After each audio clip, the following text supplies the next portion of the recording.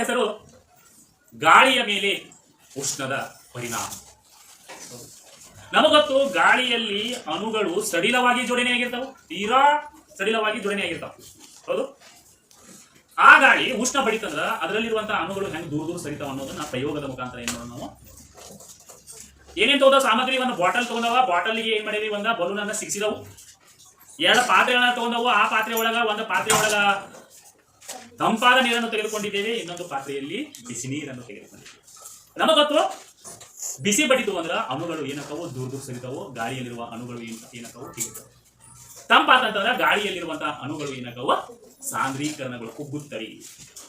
ಹೌದು, ನೋಡ್ರಿ ಹೆಂಗಂತ ಹೇಳಿ. ಈಗ ಒಂದ್ ಪಾತ್ರೆ ಬಿಸಿನೀರ, ಒಂದ್ ಪಾತ್ರೆ ಒಳಗೆ ತಣ್ಣೀರ್ದವ, ಬಾಟಲ್ ಅನ್ನ ಇದ್ರೊಳಗೆ ಇಡೋಣ್ರಿ. ಅವಾಗ ಏನಕ್ಕ ನೋಡ್ರಿ, ಬಾಟಲ್ ನಲ್ಲಿರುವಂತಹ ಬಲೂನು ಹಿಗ್ಗುತ್ತಿದೆ. ಕಾರಣ ಈ ಬಾಟಲ್ ಒಳಗೆ ಮೊದಲು ಗಾಳಿ ಇತ್ತ, ಆ ಗಾಳಿಯ ಅಣುಗಳು ಯಾವಾಗ ಉಷ್ಣವನ್ನು ಹೀರ್ಕೊಂಡವಲ್ಲ, ಅಣುಗಳು ಏನ್ ಮಾಡಕತ್ವ ದೂರ ದೂರ ದೂರ ದೂರ ದೂರ ದೂರ ಏನದವ ಸರದು ದೂರ ಸರಿಯಾನ ಹುಗ್ಗ ಏನ್ ಮಾಡ್ತೀಯ ಹುಗ್ಗಿದ್ದ ಬಲೂನ್ ಹುಗ್ಗಿ.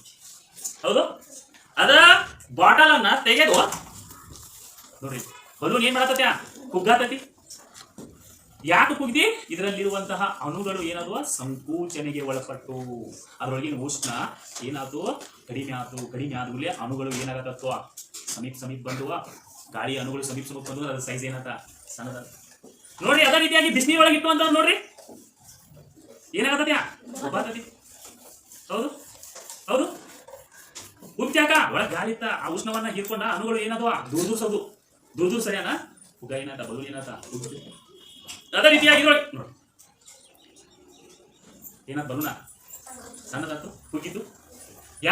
ಯಾಕ ಅನಿಲಗಳು ಉಷ್ಣವನ್ನ ಹೀರಿಕೊಂಡು ವಿಕಸನಕ್ಕೆ ಒಳಪಟ್ಟು, ಅನಿಲಗಳು ಉಷ್ಣವನ್ನು ಕಳೆದುಕೊಂಡು ಸಂಕೋಚನೆಗೆ ಒಳಪಟ್ಟವು.